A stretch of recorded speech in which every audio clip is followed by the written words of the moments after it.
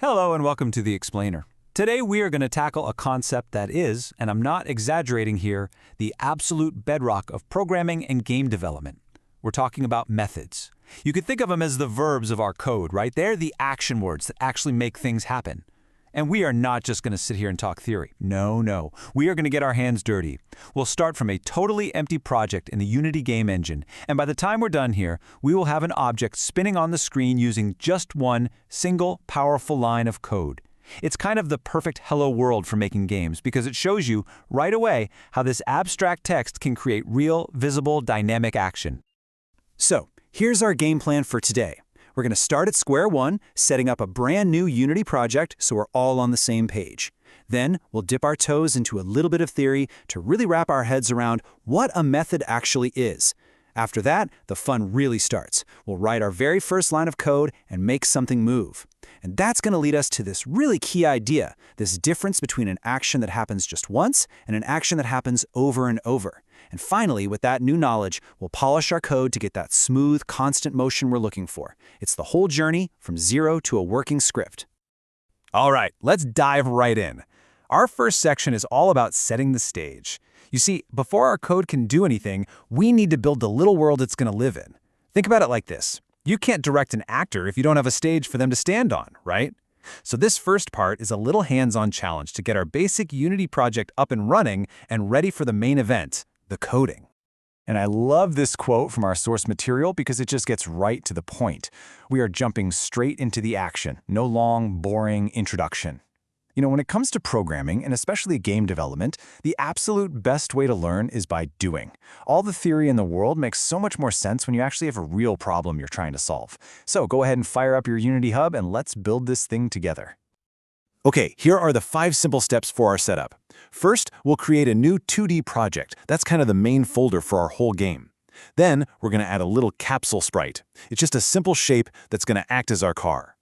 After that, we'll create the C# script. That's the empty text file where our instructions are going to live. And this next part is super important. We'll attach that script to our capsule, basically linking the brain to the body. And finally, just for a bit of fun, we'll give our little car a cooler name. Now don't worry if this sounds like a lot. I'm going to walk you through every single click. First things first, open up Unity Hub. This is your command center for all your projects. Up in the top right corner, you should see a big blue button that says New Project. Go ahead and click that. A new window will pop up with a bunch of templates. These are just starting points, for 3D games, VR, all sorts of stuff. We're going to keep it simple, so find the one called 2D Core and select it. Then just give your project a name. Let's go with Delivery Driver, and pick a spot on your computer to save it. Once you're ready, hit Create Project. Now, Unity is going to do its thing and build the project, which might take a minute or two, so it's a perfect time to grab a coffee. Okay, so once Unity finishes loading, you're looking at the main editor. It can seem like a lot at first, but let's just focus on one thing at a time. Look over to the left side for the hierarchy window. This is just a list of every single thing in your game's scene. Right now, it should be pretty empty, probably just a main camera. So to add our car, just right-click in an empty spot in that window. A big menu is going to pop up. From there, you're going to navigate to 2D Object, then hover your mouse over Sprites, and finally, click on Capsule. And boom.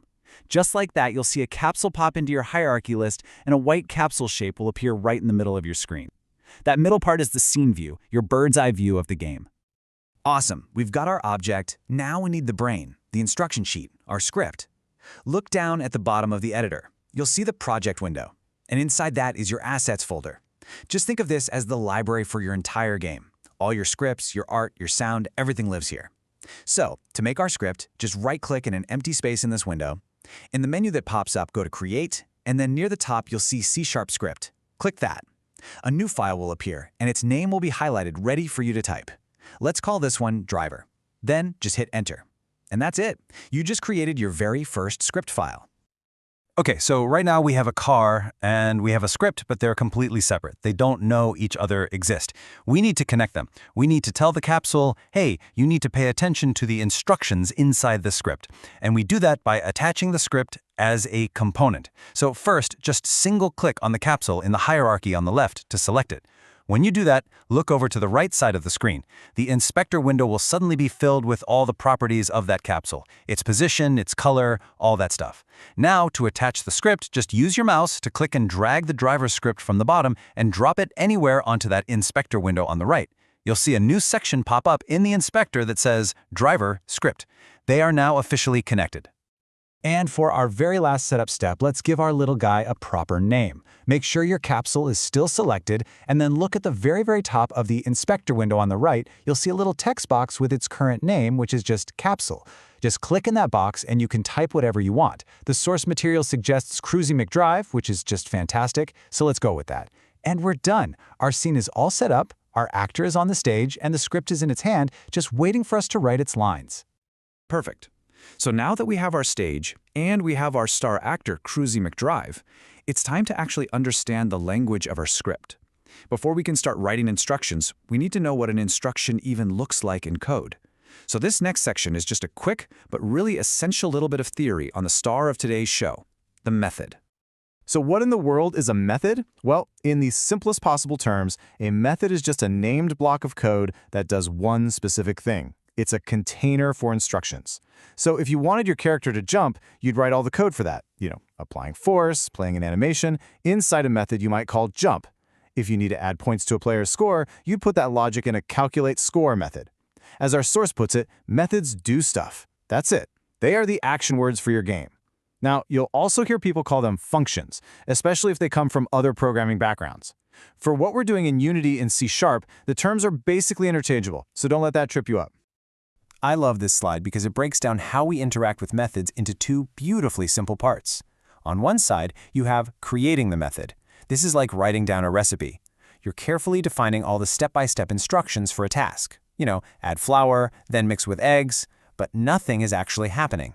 You're not baking a cake yet, you're just writing the plan. On the other side, you have calling a method, and that is the moment you actually follow the recipe. You're telling the program, okay, run that jump recipe right now. The real power here is that you only have to write the recipe once, but you can call it, you can cook that meal as many times as you want from anywhere in your code. Now, here's something cool.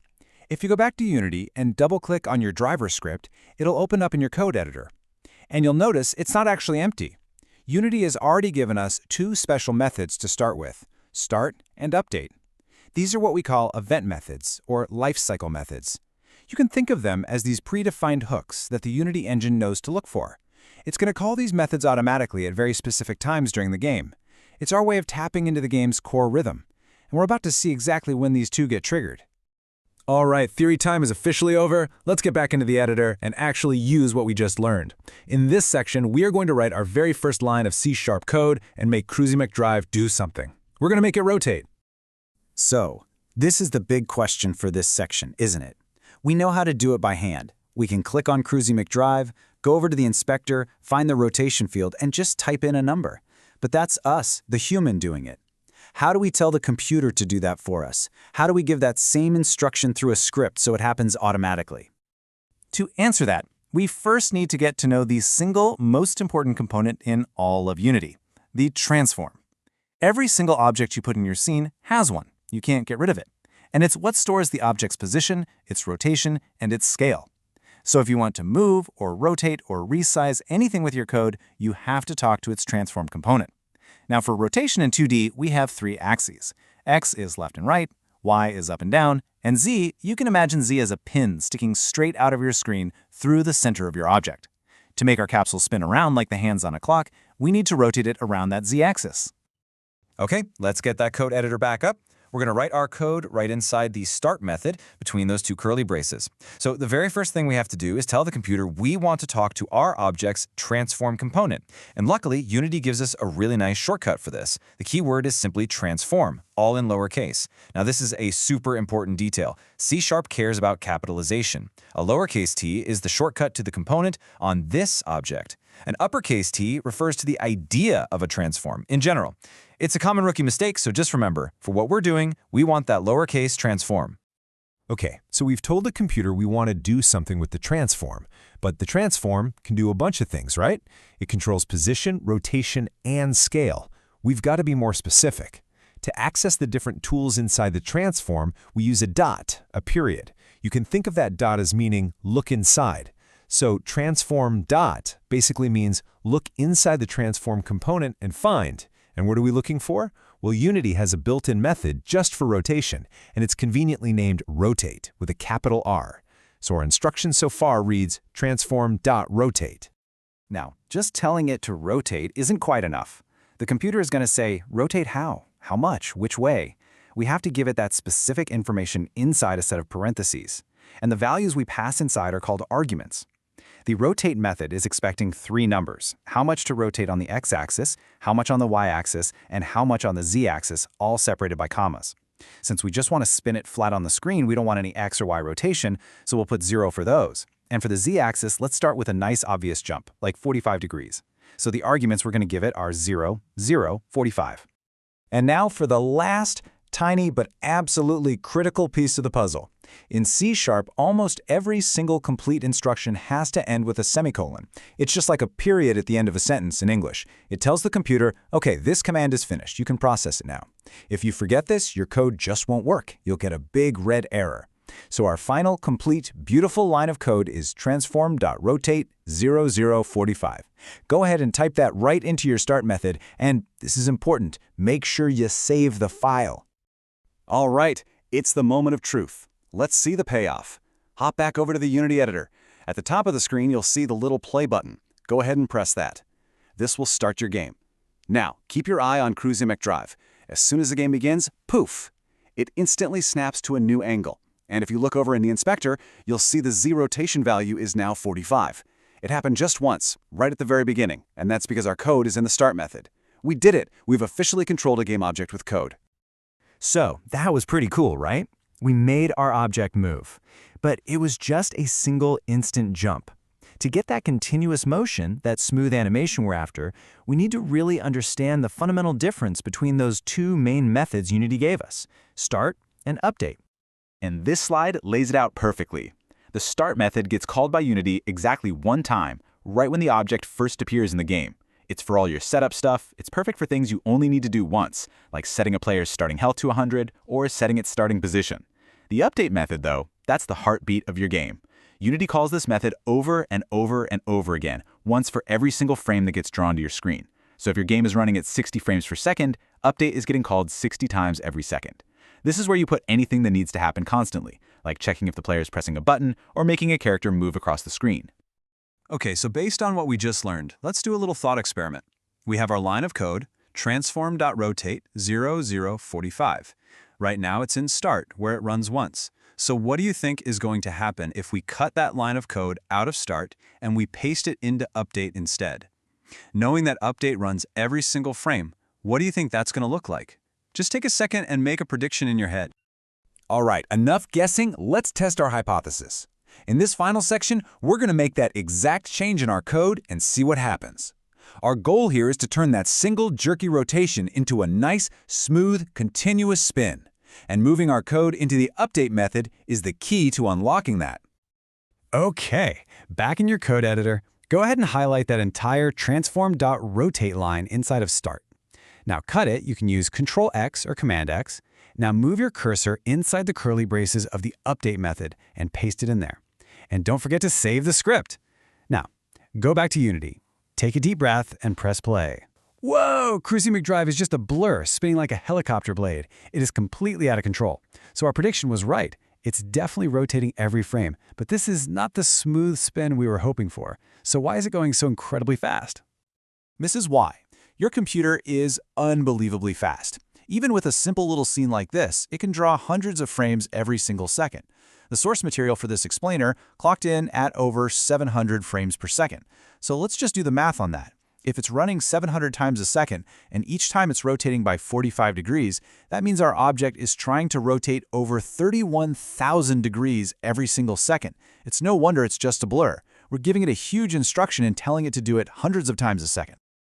So our logic was sound, but our numbers were just way off. If we're going to be applying a rotation hundreds of times every second, then the amount of rotation we apply each time needs to be tiny. We need to trade that giant 45-degree chunk for a very small incremental nudge. Okay, one last trip to the script. We need to change that big 45 into a tiny nudge. So inside the update method, change that z-axis value from 45 to a very small decimal, like 0.1. Now when you type this, you have to add an f at the end, so it reads 0.1f. That f is not a typo, and if you forget it, you'll probably see a little red error line under the number. It's super important in C#, so let's take a second to talk about exactly why it has to be there. So what's the deal with the f? Well, in programming, there are different ways to store numbers, and they have different levels of precision. By default, when the C# compiler sees a number with a decimal point, like 0.1, it assumes you want the most precise type, which is called a double. It has tons of decimal places. But in game development, where we're doing millions of calculations a second, that much precision isn't always necessary, and it can be a tiny bit slower. So a lot of Unity's engine, including our rotate method, is built to work with a slightly less precise but more efficient type of number called a float.